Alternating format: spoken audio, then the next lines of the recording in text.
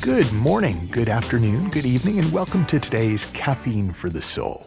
And the title of this week's episode, Innocent Inquiry, is a phrase I heard for the first time this morning.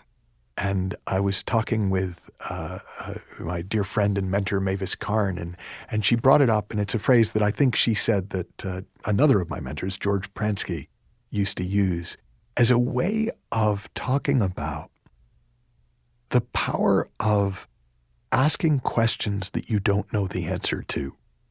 And if that sounds like obvious, well, why would you ask questions that you know the answer to? Actually, it is remarkable how much of the time we use questions or inquiry as a tool to make a point. And I don't know if it originated with Socrates and the Socratic dialogues where Socrates would lead somebody to the answer that he had in mind through questions, but it is incredibly common to use questions in dialogue as almost an intervention tool. So instead of it being innocent inquiry, it's deliberate inquiry.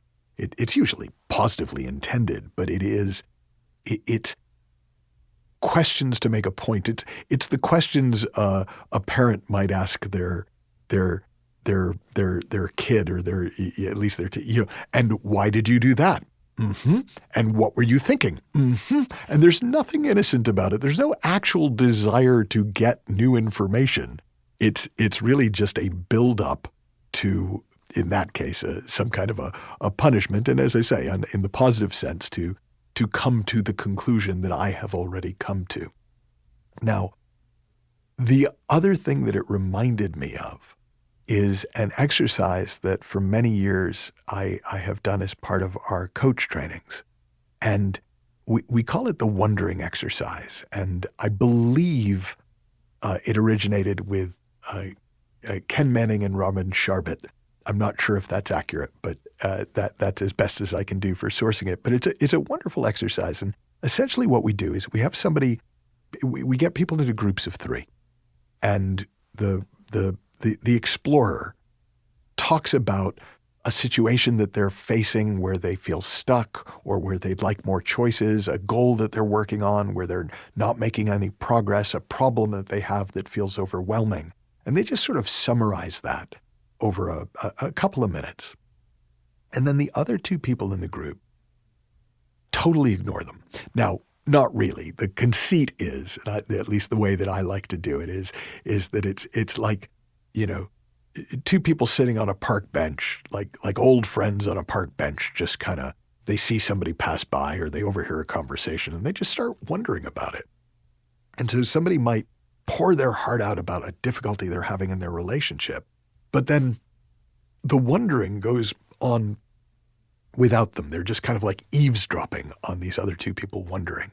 And one of the wonderers might go, I wonder if they think this is a permanent problem or a temporary problem. And then the other person might say, I wonder if they've been through things like this before and this is kind of like reminding them of that and that's why they're so upset about it. And someone else the first person might then wonder,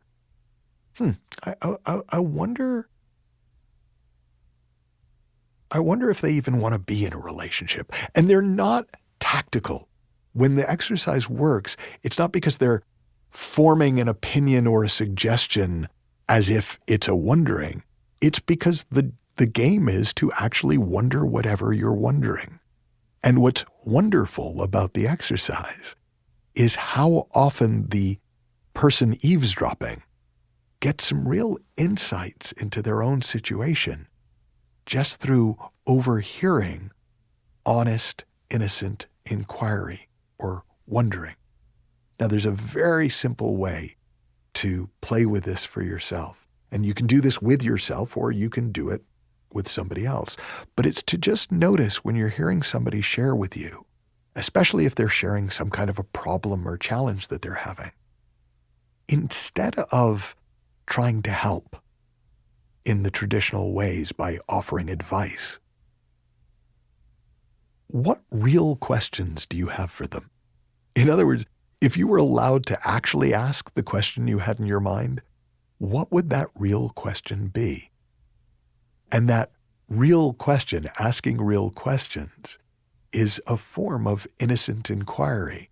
And while you can certainly do it casually, even if you're a professional helper, or you're a manager, or you're a leader, that kind of innocent inquiry will often lead somebody to make leaps in insight instead of just teasing out a logical answer to their particular challenge or problem. And if you want to learn more about this, we have a membership we call the Super Coach Cafe at supercoachcafe.com. And we have dozens of short courses in tools that you can use both if you're a professional helper, but also if you want to bring these kinds of coaching skills into your everyday life. But for now, I would just encourage you to play with innocent inquiry, to play with asking real questions the next time you're in a position where somebody's asking you to help. The questions you what's a real question? It's the question you actually want to know the answer to, not the question you think will be helpful. Have fun, learn heaps, happy exploring, and I'll talk with you soon.